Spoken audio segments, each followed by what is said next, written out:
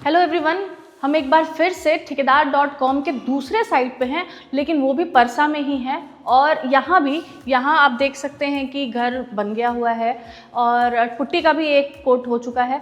Tiles work यहाँ पे चल रहा है। अभी जिस फ्लोर पे मैं हूँ वहाँ पे बहुत ज़्यादा टाइल्स वर्क हो चुका है, पर कुछ थोड़ा बहुत इधर उधर बाकी है। तो एक बार फिर से श्याम जी से हम मिलते हैं और जानते हैं कि यहाँ साइट पे क्या क्या काम हो रहा है, और टाइल्स का ही अगर काम हो रहा है तो क्या क्या उसमें चीज़ें हो सकती हैं कंस्ट्रक्शन से रिलेटेड। तो हेलो श्याम जी, कैसे हैं? हेलो, एक बार फिर हैं हम लोग यहीं पे।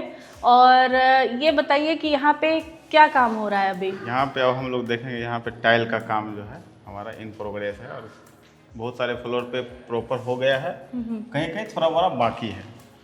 तो हम लोग इसमें देखेंगे क्या कैसे लगता है, इसका क्या क्राइटेरिया है। ये बताइएगा ना कि जैसे टाइल्स का काम हो रहा है तो टाइल्स लगाने का जो तरीका होता है, सही तरीका वो क्या होता है, और किस तरह का क्वालिटी का टाइल्स लगाया जाना चाहिए घर के अंदर ताकि वो ड्यूरेबल रहे, टिकाऊ रहे? देखिए, टाइल का सबसे पहले ये हमारा है कि फ्लोर प्रॉपर बराबर रहे, इसलिए हम लोग टाइल लगाते हैं। इससे पहले और भी फ्लोरिंग का काम होता था, जैसे आईपीएस फ्लोरिंग होता था।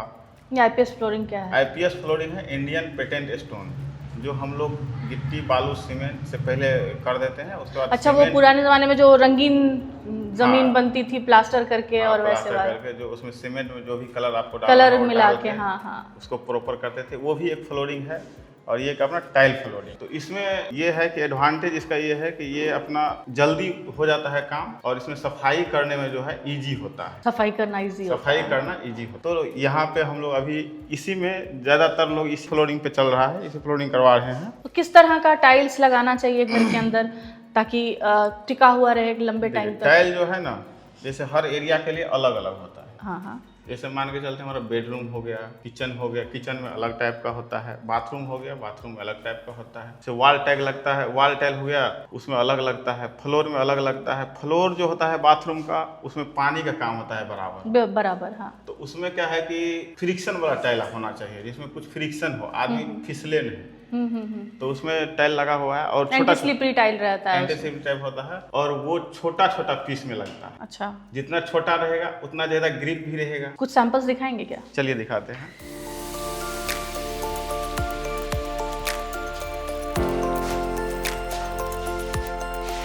जैसे आप ये बता रहे हैं कि छोटा छोटा, ये इसमें जैसे आप देख सकते हैं कि ये पूरी तरह से स्लिपरी नहीं है, मैट फिनिश में है। ये 1x1 का टाइल है, मतलब 1 फीट और 1 फीट का है, लेकिन छोटा छोटा पीसेस में है। और जो भी है सारे फ्रिक्शन वाला टाइल है। वही अगर आप ये वॉल में देखेंगे तो ये होता है सेरामिक टाइल है। ये सिरेमिक टाइल है। इसका क्या फायदा होता है? ये जो है ना, इस पानी ये एब्जॉर्ब करता है। अच्छा, मतलब जैसे ये पानी, जैसे हम लोग इसको लगाने से पहले पानी में भिंगा के, और वो भिंगा के लगाते हैं, और ये वॉल में जो है पकड़ अच्छा बनाता है। अच्छा, ये नीचे फ्लोर में तो है नहीं कि आराम से रख दिया काम हो गया। वॉल पे पकड़ बनाने के, वॉल पे पकड़ बनाने के लिए सेरामिक टाइल यूज होता है। और दूसरे एरियाज में? दूसरे एरियाज में इसमें ग्लोसी वाला टाइल लगता है। ये हमारा डाइनिंग कम ड्राइंग एरिया हो गया है। हाँ, ये डाइनिंग कम, तो इसमें ग्लॉसी फिनिश में टाइल्स लगते हैं। ग्लॉसी फिनिशिंग टाइल है। ओके, और चलिए आपको किचन में दिखाते हैं। आइए। वेट्रीफाइड टाइल है ये वाली। हाँ, वेट्रीफाइड टाइल। हाँ, वेट्रीफाइड टाइल है। इसमें भी वॉल में जो लगा है ये भी सेरामिक टाइल है, वही है। इसको भी पानी में सोक करके और कब लगवाते हैं? पानी में भिंगा के उसके बाद लगाते हैं। ओके। और ये तो ग्रेनाइट लगा हुआ है प्लेटफॉर्म पे। प्लेटफॉर्म पे ग्रेनाइट ही क्यों लगता है? ग्रेनाइट इसलिए लगता है कि इस पे ये जो है ना, किचन का जो भी काट कूट करते हैं सब्जी उब्जी, तो वो टाइल अगर रहेगा तो जल्दी कट जाएगा, वो खराब हो जाएगा, और ग्रेनाइट उससे ज़्यादा ड्यूरेबल है। ओके, तो इस वजह से स्लैब वगैरह पे ग्रेनाइट का यूज़ किया जाता है। अभी यहाँ काम हो ही रहा है, और यहाँ अभी इन प्रोग्रेस में है।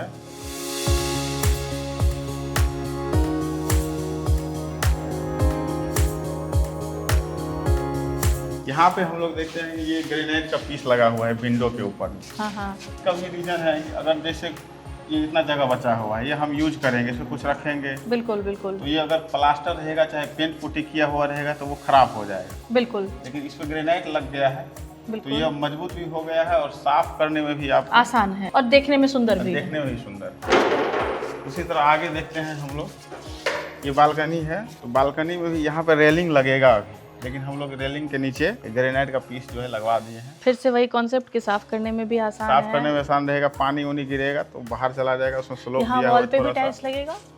नहीं, इस समय वॉल में नहीं लगेगा। और इसमें जैसे टाइल बालकनी में लगा हुआ है, इसमें स्लोप दिया हुआ है। और अच्छा हाँ, इसकी लेवलिंग कैसे होती है, ये बड़ी अच्छी वही बात बता रहे, जैसे स्लोपिंग है इसमें, इधर अपना ड्रेन आउट है, देख रहे हो कोना।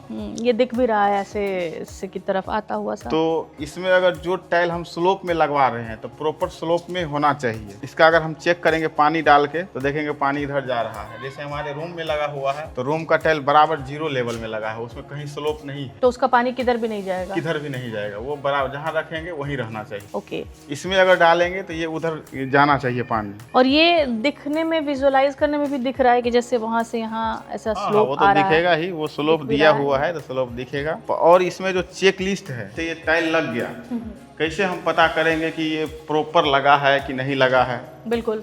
तो जैसे हम लोग सबसे पहले तो देखते हैं इसका ये ग्रिप जो है बराबर होना चाहिए, ये अटकना नहीं चाहिए। दूसरा है कि इसके नीचे जो मोटार दिया हुआ है वो मोटार प्रॉपर दिया हुआ है कि नहीं दिया हुआ है। और उसको जैसे कोई सिक्का से आप चलाइएगा तो आवाज करेगा, तो आवाज अगर आवाज बदलती डिफरेंट आ जाएगा, जोर से आया तो समझ लीजिए वहाँ खाली है। जैसे कोई चीज़ लाइए, देखिए यहाँ का आवाज़ ठीक है,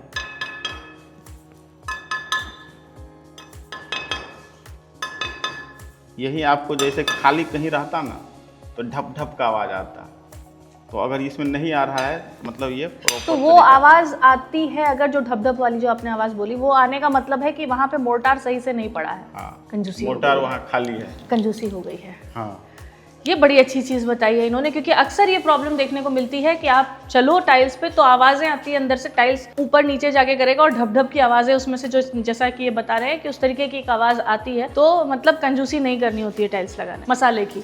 और ये स्कर्टिंग लगा हुआ है, देखिए 4 इंच का स्कर्टिंग लगा हुआ है। ठीक है। कहीं कहीं अगर देखिएगा 5 इंच का भी आदमी लगा देता है, लेकिन वो सही नहीं लगता है। ये एकदम स्टैंडर्ड है, इतना रहना चाहिए। और ये क्यों देते हैं हम लोग स्कर्टिंग? क्यों? जैसे इसमें अगर नहीं भी देंगे तो कोई इशू नहीं है, लेकिन देना ही जरूरी क्यों होता है, देखिए बताते हैं।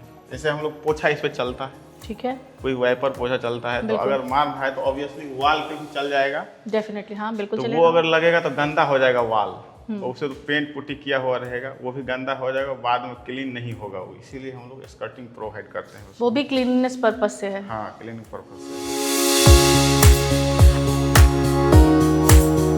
अच्छा, एक चीज़ और बताइए कि जब टाइल्स लगाने से पहले जो छत की ढलाई होती है, तो छत की ढलाई से टाइल्स लगने तक कितना ऊंचा फर्क आता है, कितने इंचेस का? वो क्या होता है ना कि जो हमारा स्लैब कास्टिंग होता है उसी टाइम से अंडुलेशन शुरू होता है। ओके।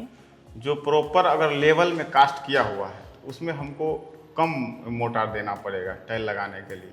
अच्छा। अगर वो सरफेस अंडुलेशन ज़्यादा है, कहीं ज़्यादा उठा हुआ है, कहीं ज़्यादा डाउन है, तो उसमें ज़्यादा लगता है। लेकिन मैक्सिमम जो है ना 2 इंच से ज़्यादा नहीं होना चाहिए। वैसे 2 इंच से ज़्यादा नहीं होना चाहिए। 1 से 1.5 इंच में काम हो जाना चाहिए। अगर 2 इंच तक भी जा रहा है तो ठीक है। उससे अगर ऊपर जा रहा है मोटार, अगर लेवल हम लिए, कहीं पे हमारा स्लैब ऊंचा है कहीं नीचा है, तो 2 इंच से जैसे ही ज़्यादा जाएगा तो हम उसमें जो है ना छोटा वाला जो कंक्रीट आता है 1/2 mm, ये 1/2 इंच का, उससे पहले उसको कंक्रीटिंग करवा देते हैं। उसके बाद उस पर मोटार लगा के टाइल लगाते हैं। मतलब जो स्टैंडर्ड है वो 2 इंच का है। हाँ। ओके।